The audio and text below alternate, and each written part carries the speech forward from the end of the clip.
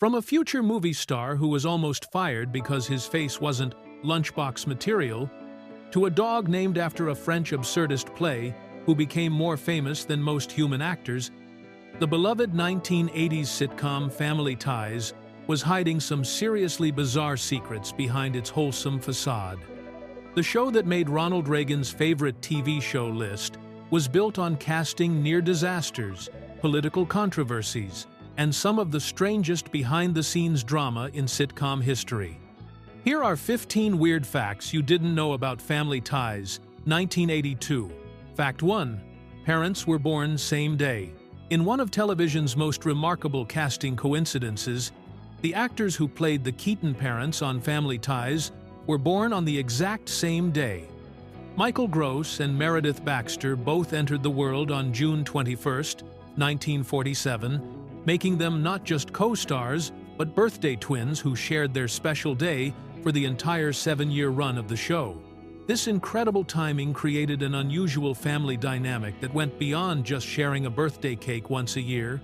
Since both actors were born in 1947, they were only 14 years older than Michael J. Fox, who was born on June 9, 1961.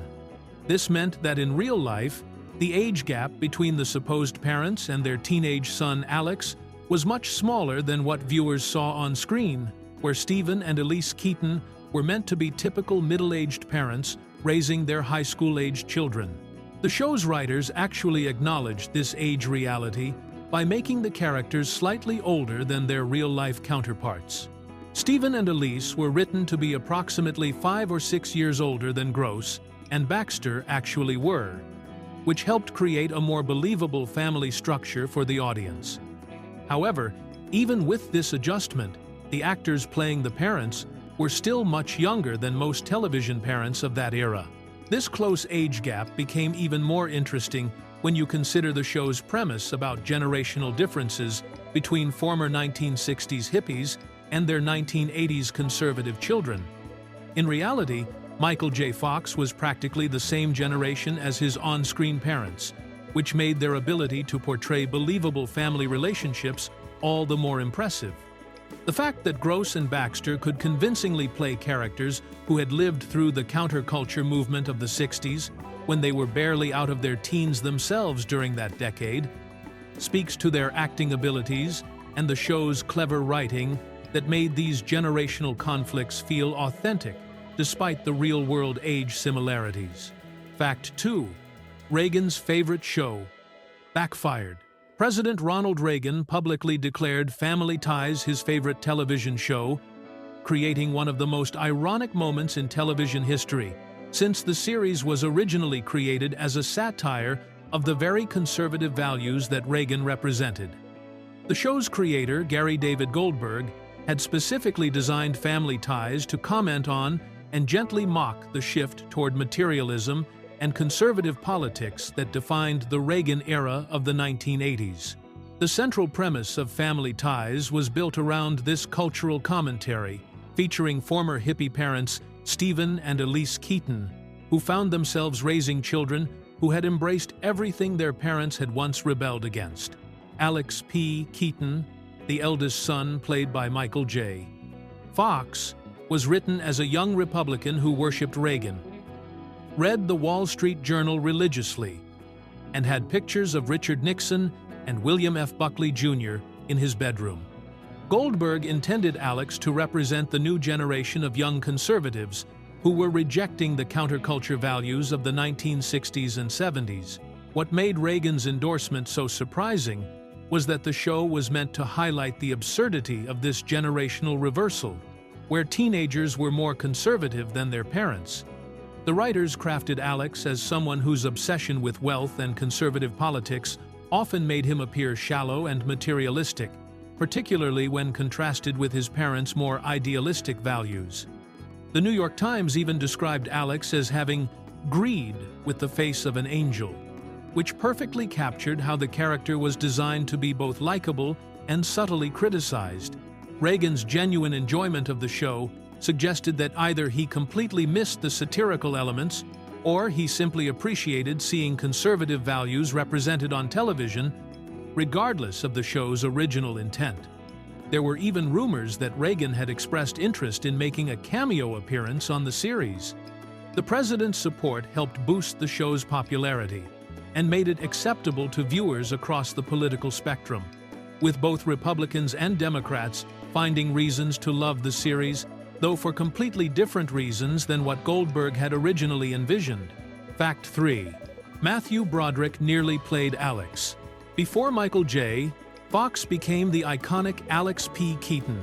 Creator Gary David Goldberg had his heart set on casting a young actor who was completely unknown to television audiences at the time.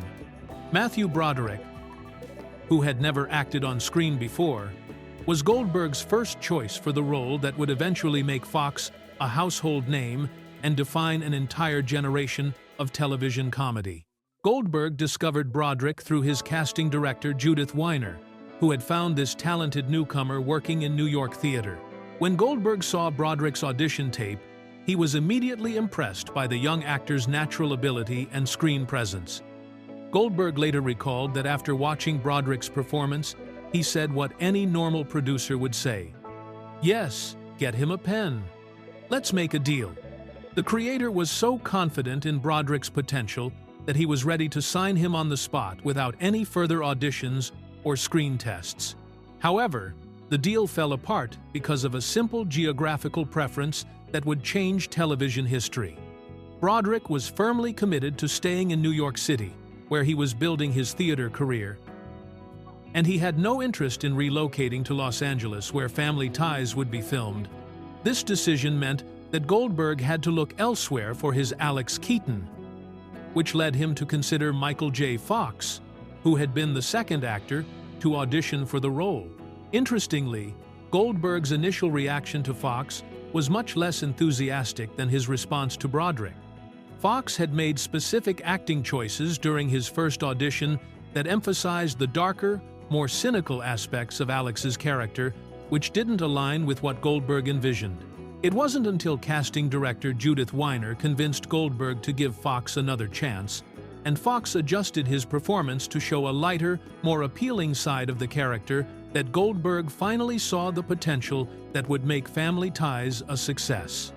Broderick's decision to stay in New York ultimately worked out well for everyone, as he went on to star in major films like Ferris Bueller's Day Off during the same period that Family Ties was on the air.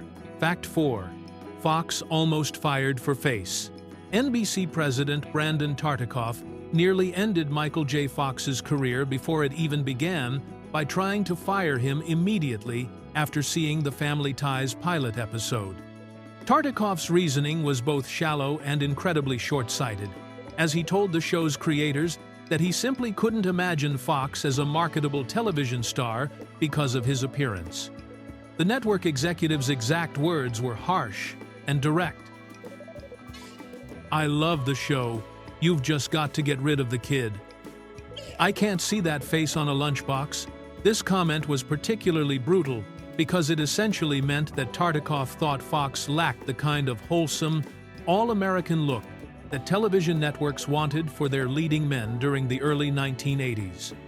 The lunchbox reference was significant because merchandising was already becoming an important part of how networks measured a show's commercial potential, and Tartikoff clearly believed that Fox didn't have the kind of appeal that would translate into toy sales and other products aimed at young audiences. Fortunately for television history, the show's creator, Gary David Goldberg, and the rest of the production team fought to keep Fox in the role. Recognizing that his talent and chemistry with the other cast members was more important than Tartikoff's concerns about his marketability, their faith in Fox proved to be absolutely correct, as Family Ties became one of NBC's biggest hits and Fox emerged as one of the most popular actors of the decade. Fox got his sweet revenge years later, when both Family Ties had become the #2 show on television and his movie career had taken off with the massive success of Back to the Future. He decided to create a personalized gift for the executive who had once doubted his appeal to young audiences. Fox had a custom lunchbox made, featuring his own face prominently displayed on the front, and he presented it to Tartikoff with a note that read, "This is for you to put your crow in. Love, like me." Tartikoff, who had by then realized how wrong his initial assessment had been, kept the lunchbox on his desk as a reminder of the mistake until the day he died, and the two men eventually became good friends. Fact 5. Ed O'Neill almost played Dad. Ed O'Neill, who would later become famous as the grumpy shoe salesman Al Bundy on Married with Children, was actually the first choice to play the gentle, liberal father Stephen Keaton on Family Ties. The casting directors had O'Neill at the top of their list for the role that eventually went to Michael Gross. But in a decision that would drastically change television history, O'Neill turned down the opportunity because he didn't feel he was the right fit for the character. At the time of the Family Ties casting in 1982, O'Neill was still a relatively unknown actor working primarily in theater and looking for his big break in television. The role of Stephen Keaton would have been a major opportunity for any struggling actor, as it was clear that Family Ties had the potential to be a significant network sitcom. Stephen was written as a warm, understanding father figure who managed a public television station and represented the idealistic values of former 1960s hippies who had settled into middle-class family life. O'Neill's instinct that he wasn't right for the part proved to be remarkably accurate. Though it's fascinating to imagine how different Family Ties might have been with his more aggressive, working-class persona in the father role. His natural acting style and physical presence were much better suited to playing tough, blue-collar characters rather than the sensitive, intellectual type that Stephen Keaton represented. O'Neill seemed to understand that his strengths as a performer lay in portraying more cynical, sarcastic characters rather than the patient, nurturing father that the show needed. This decision worked out perfectly for everyone involved, as Michael Gross brought exactly the right combination of warmth, intelligence, and gentle humor that made Stephen Keaton such a believable and likable character. Meanwhile, O'Neill's career took off when he was cast as Al Bundy just 5 years later, a role that perfectly matched his comedic timing and ability to play lovably obnoxious characters. The contrast between what Stephen Keaton represented and what Al Bundy became shows just how well O'Neill understood his own acting abilities when he made the decision to pass on Family Ties. Fact 6. Famous dog from French play. The black Labrador retriever featured in the famous "Sit, Ubu, sit." Closing credits of Family Ties had one of the most sophisticated names in television history, as he was called Ubu Roi, after a groundbreaking French theatrical work from 1896. Creator Gary David Goldberg named his beloved dog after Alfred Jarry's satirical play Ubu Roi, which is considered one of the earliest examples of what would later become known as the theater of the absurd, making this family pet arguably more cultured than most television executives. The iconic photograph that appeared at the end of every Family Ties episode, showing Ubu with a frisbee in his mouth, was taken during one of Goldberg's most adventurous periods as a young man. The picture was captured in the Tuileries Garden, which is located right next to the famous Louvre Museum in Paris, during a time when Goldberg and his future wife Diana were traveling through Europe as self-described hippies in the early 1970s. They had become disillusioned with America after Richard Nixon was elected president and decided to buy one-way tickets to Europe, bringing Ubu along as their constant companion. Goldberg later wrote in his memoir that Ubu was incredibly helpful during their hitchhiking adventures across Europe, as most people who picked them up were actually more interested in the charming dog than in the young American couple. Drivers would often ask Ubu to sit up front with them while Goldberg and Diana rode in the back seat, and the dog seemed to understand his role as the group's unofficial ambassador, giving paw shakes and kisses to anyone who showed him attention. The original plan for the Ubu Productions logo was much more elaborate, as Goldberg had wanted to create an animated version of the dog sitting on command. However, the animation proved too expensive for the production budget, so they settled on using the simple but memorable photograph instead.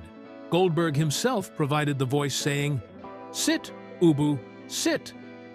Good dog," followed by a single bark that was created by the sound engineer.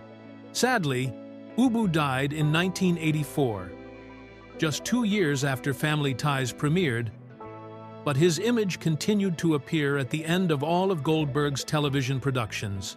Fact 7. Alex P. was Fox's ad-lib? One of the most memorable aspects of the Alex Keaton character came from Michael J. Fox's spontaneous creativity during his audition, when he decided to add a middle initial that wasn't in the original script. The character had been written simply as Alex Keaton, but Fox felt that adding the letter P would make the name sound more formal and pretentious, which perfectly matched the personality of a teenager who took himself very seriously and had political ambitions. This small but significant change happened during Fox's second audition for the role, after creator Gary David Goldberg had given him another chance to prove himself following a disappointing first tryout. Fox was determined to make a better impression this time, and he instinctively felt that a middle initial would help establish Alex as the kind of character who would insist on being called by his full name in formal situations. The P gave Alex's name a more distinguished, almost presidential quality that suggested he saw himself as destined for important things. The writers and producers immediately recognized that this tiny addition captured something essential about Alex's character that they hadn't been able to express in their original scripts. A teenager who insisted on using a middle initial was exactly the kind of person who would wear suits to high school, read financial newspapers for fun, and have pictures of conservative politicians hanging in his bedroom. The middle initial became a perfect shorthand for Alex's inflated sense of his own importance and his desire to appear more mature and sophisticated than his actual age. What makes this detail even more interesting is that the show never actually revealed what the P stood for, leaving it as one of those mysterious elements that fans could speculate about throughout the series' 7-year run. Some viewers assumed it might stand for Patrick or Paul, while others joked that it could represent prophet or president, given Alex's obsessions with money and politics. The writers deliberately kept this information secret, understanding that the mystery of the middle initial was more powerful than any specific name they could have chosen, and Fox's impromptu decision during his audition became one of the character's most recognizable traits. Fact 8. Mallory got dumber by accident. Mallory Keaton's signature trait as the ditzy, fashion-obsessed teenage daughter wasn't part of the original character design, but evolved organically from Justine Bateman's creative acting choices during the early episodes of Family Ties.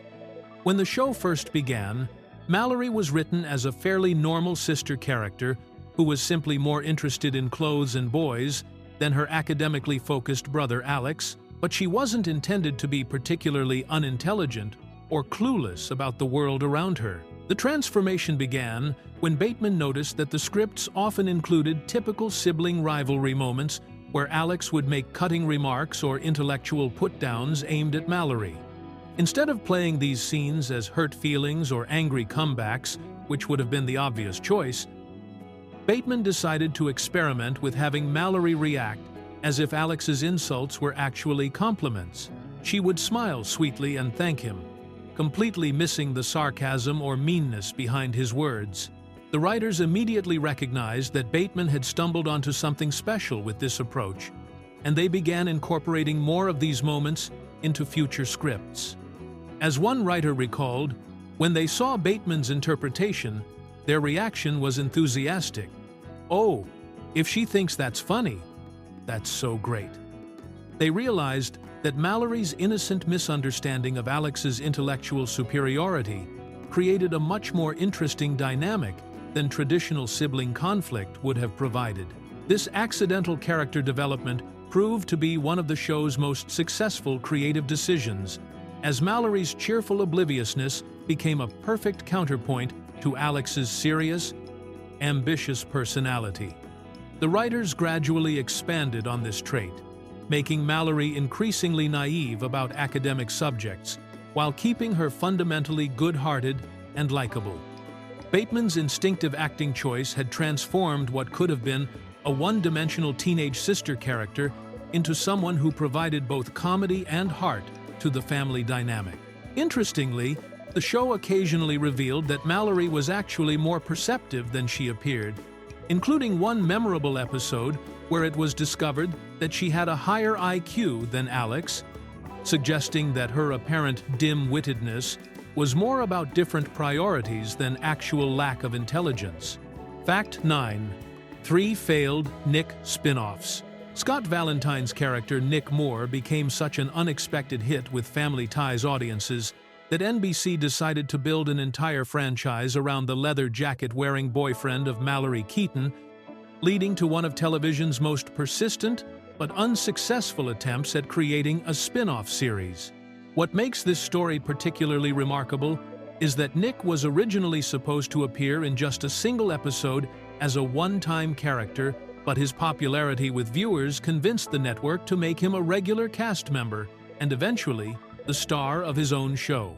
The first spin-off attempt was called Taking It Home, which featured Nick with the last name Morelli instead of Moore, moving back to Detroit to live with his grandfather, who was played by veteran actor Herschel Bernardi. This pilot had genuine potential and seemed like it might succeed, but tragedy struck when Bernardi died in 1986, shortly after filming was completed, forcing NBC to cancel the project before it could air. The second attempt placed Nick in a completely different setting, with the character working at a daycare center for juvenile delinquents. This concept seemed promising on paper, as it would have allowed Nick to use his street-smart background to connect with troubled kids, but the pilot didn't work as well as expected. According to Valentine, the network executives told him that kids telling Nick he was an idiot wasn't as funny as adults telling Nick he was an idiot, suggesting that the show worked better when Nick was the underdog in adult situations. The third and final attempt was called The Art of Being Nick, which featured Nick living in New York City with his sister and her child in a setup that resembled what would later become popular with shows like Friends.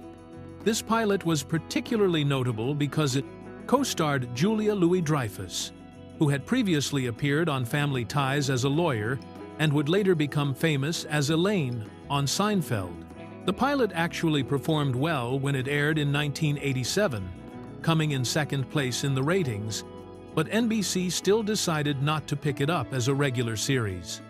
Valentine eventually decided to stop pursuing Nick-based projects, telling the network that he didn't want to be typecast in the role for the rest of his career. Fact 10. Bush poster censored for politics.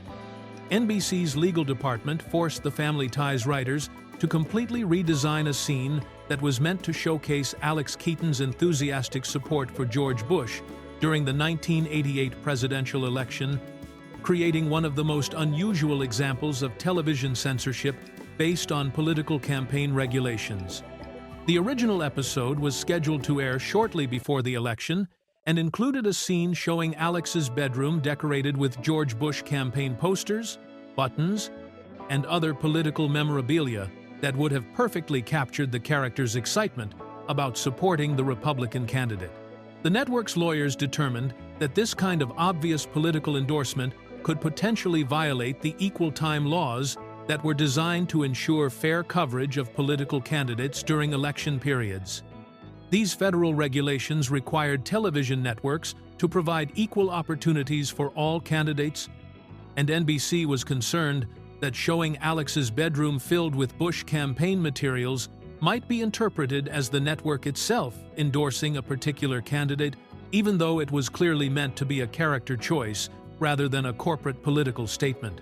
Rather than risk any legal complications or complaints from opposing political campaigns, NBC decided to remove the entire scene from the episode before it aired. This meant that viewers missed what would have been a perfectly in-character moment showing Alex's political passion, as he had spent the entire series expressing his conservative views and his admiration for Republican politicians like Richard Nixon and Ronald Reagan. The story has a satisfying ending, however, because the writers found a creative way to include Alex's political enthusiasm without violating any campaign laws.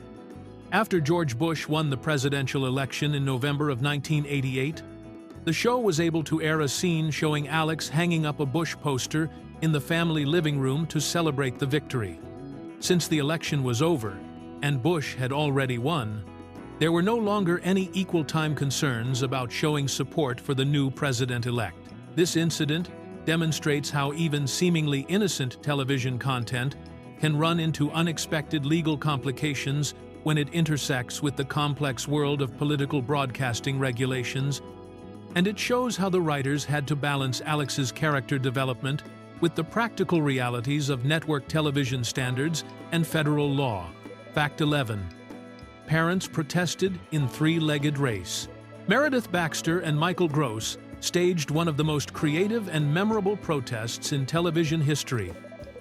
When they became frustrated with how their characters were being written on Family Ties, literally tying themselves together to make a point about their diminishing roles on the show, the two actors walked onto the set with one of their legs bound together like participants in a three-legged race, creating a visual metaphor that perfectly captured their complaints about how the writers were treating Stephen and Elise Keaton. The unusual protest happened as Michael J. Fox's popularity continued to grow, and Alex Keaton became the clear breakout star of the series, which meant that more and more storylines focused on the teenage son, while the parents seemed to fade into the background. Baxter and Gross felt that their characters were losing their individual personalities and becoming what they described as bland and interchangeable, essentially functioning as one boring parental unit, rather than two distinct people with their own interests and viewpoints. When the tied-together actors hobbled onto the set, they delivered a speech to the cast and crew explaining their symbolic demonstration. They told everyone that they had decided to physically bind themselves together because their characters had become so similar and dull that they might as well be one person, which they mockingly called a uni-parent creature. The visual of two accomplished actors awkwardly moving around while attached at the leg drove home their point about how the writing had reduced them to a single, generic parental voice. Unfortunately for Baxter and Gross, their creative protest didn't achieve the results they were hoping for, as series creator and executive producer Gary David Goldberg essentially ignored their complaints and continued focusing the show's energy on Alex and the younger characters. This decision made sense from a ratings perspective. Since Michael J. Fox had become a major television star, and audiences were clearly more interested in Alex's adventures than in exploring the deeper personalities of his parents. Baxter later wrote about this incident in her memoir, describing the tension that existed on the set, as the show's focus shifted away from the original concept of featuring the parents as the main characters toward making it primarily Alex's story. Fact 12. Crispin Glover played future dad's friend. In one of the most bizarre casting coincidences in television and movie history, Crispin Glover appeared on Family Ties as Michael J. Fox's teenage friend exactly 1 year before he would play Fox's father in the blockbuster film Back to the Future.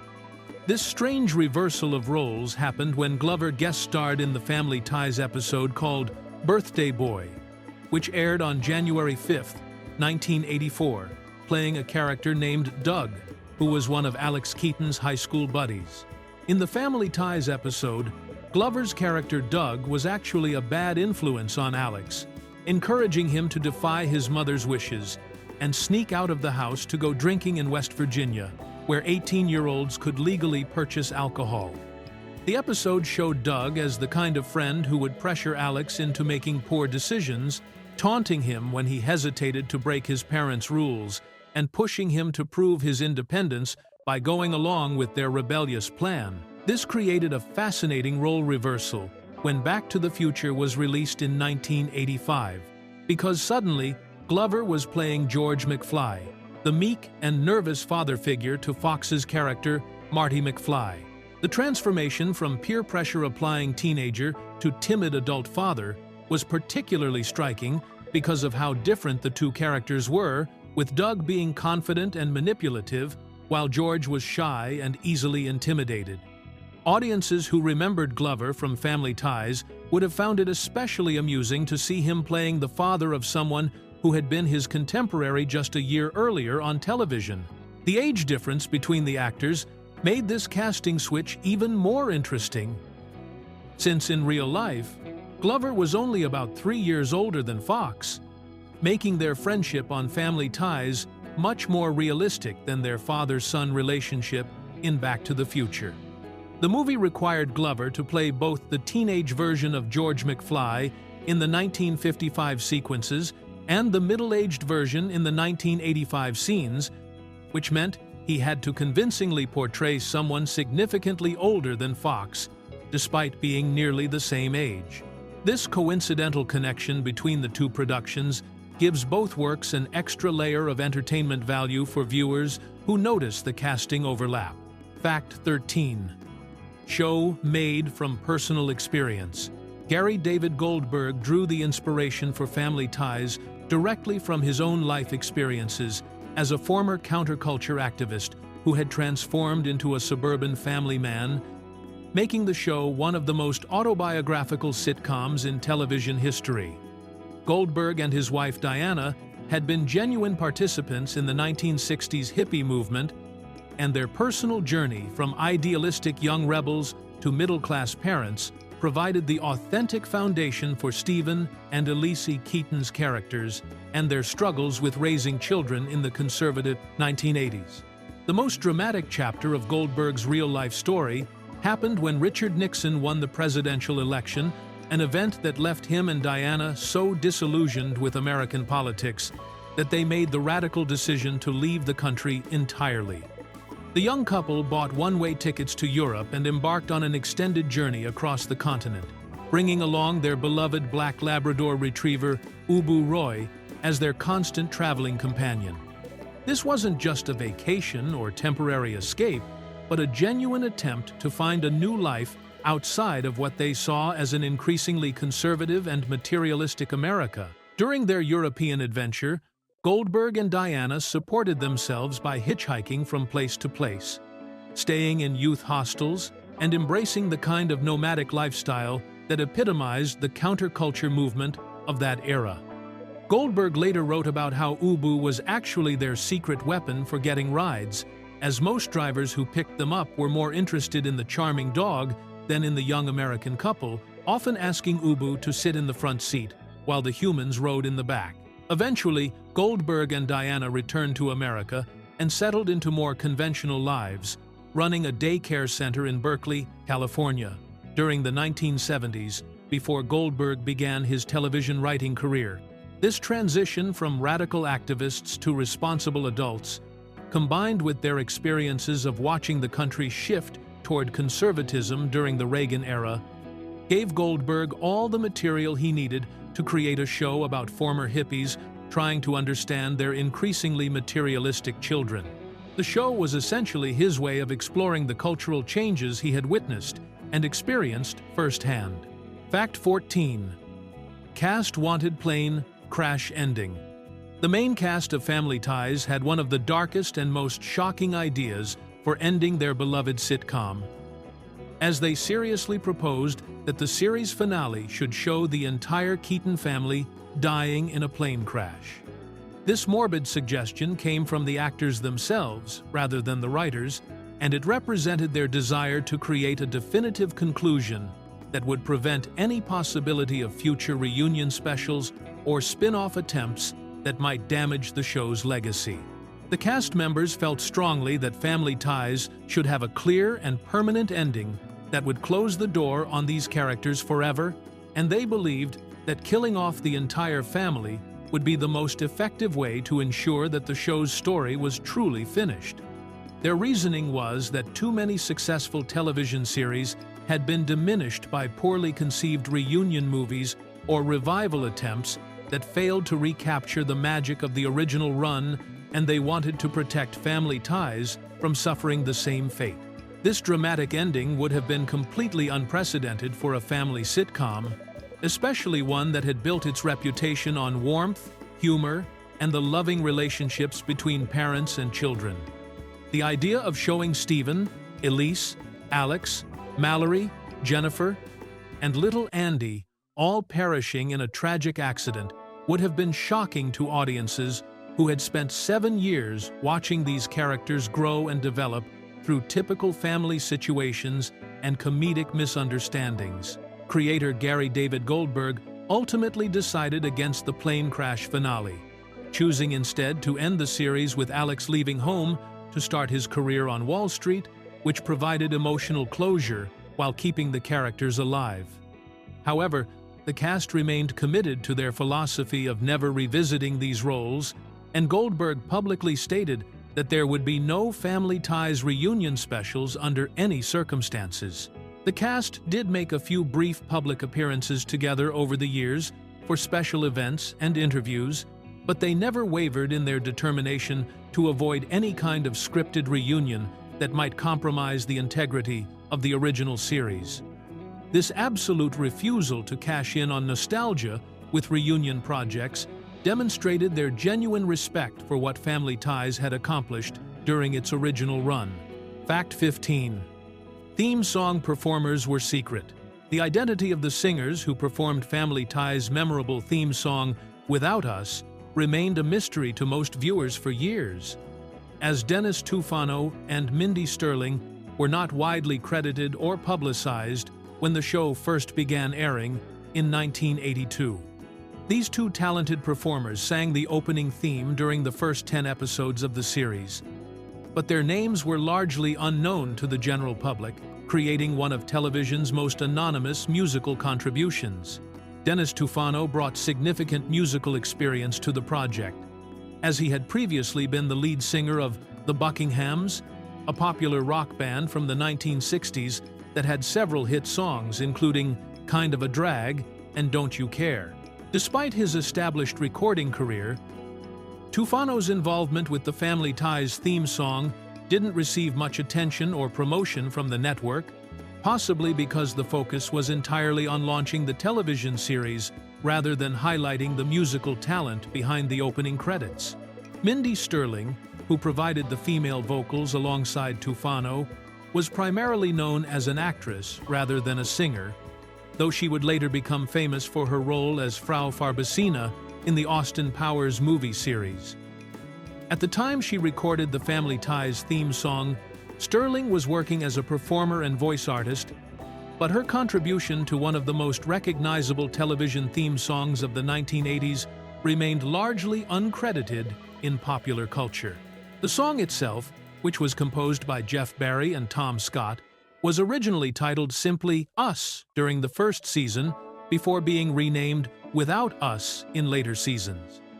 The upbeat melody and optimistic lyrics perfectly captured the show's emphasis on family relationships and togetherness, making it one of the most memorable television theme songs of its era. After the first 10 episodes, the theme song continued to be used throughout the series' 7-year run, but the original recording by Tufano and Sterling remained the version that audiences heard every week. The fact that most viewers never learned who was actually singing the song they heard dozens of times demonstrates how different television production was during the early 1980s, when theme song performers often worked in complete anonymity.